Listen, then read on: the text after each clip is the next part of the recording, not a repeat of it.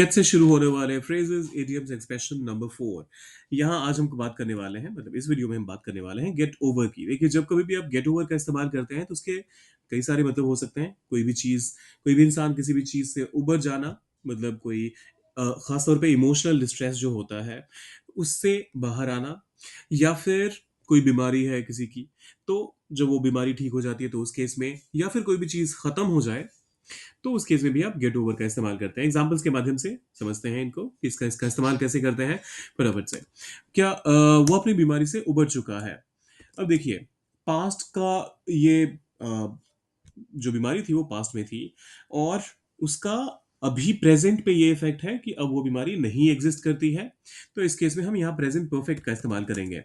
So he has gotten over his illness. अच्छा, यहाँ पर मैं ये आपको बता दूं कि आप में से बहुत सारे लोग ब्रिटिश इंग्लिश फॉलो करते होंगे, खासतौर पे अगर आप स्टूडेंट हैं तो उस केस में आप यहाँ पर गॉटन के बदले गॉड का इस्तेमाल कर लीजिएगा।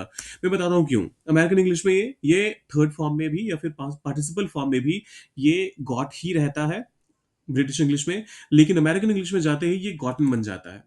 तो ये कई बार लोगों को कंफ्यूज करता है, और आप इस कंफ्यूजन में मत पड़िएगा। अगर आप ब्रिटिश इंग्लिश को फॉलो करते हैं या फिर अगर आप स्टूडेंट हैं तो इन दोनों ही केसेस में आप गॉट का इस्तेमाल कीजिएगा।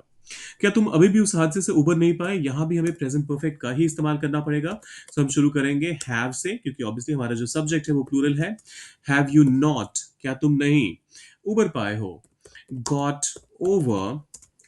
अगर आप ब्रिटिश इंग्लिश फिर से है तो वो गॉट गॉटन वाला आपको कॉन्सेप्ट, चलिए वहां पर पिछली बार हमने गॉटन का इस्तेमाल किया था तो यहाँ गॉट का कर लेते हैं। So have you not got over उस हादसे से, दैट इंसिडेंट, अभी भी, येट, क्वेश्चन मार्क डालिए, कहानी खत्म। Have you not got over that incident yet? Have you not got over that incident yet? फिर आता है वो अपनी प्रेमिका से उबर चुका है। मान लीजिए किसी का कोई अफेयर था, वो ब्रेकअप हुआ और अब उसके बारे में कोई बात नहीं होती, कोई नहीं सोचता, तो इस वजह से वो उससे उबर चुका है। So he got over his girlfriend. Simple है ना? अच्छा, खत्म होने वाले सेंस में अगर आपको कहना हो, मान लीजिए आपने कहना हो कि मूवी 2 घंटे में खत्म हो गई।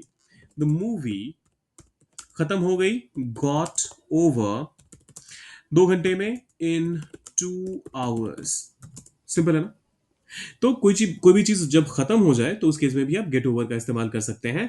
उबरना तो एक सेंस है ही। मिलते हैं जल्दी। जाने से पहले सब्सक्राइब, लाइक और शेयर करके जाइएगा।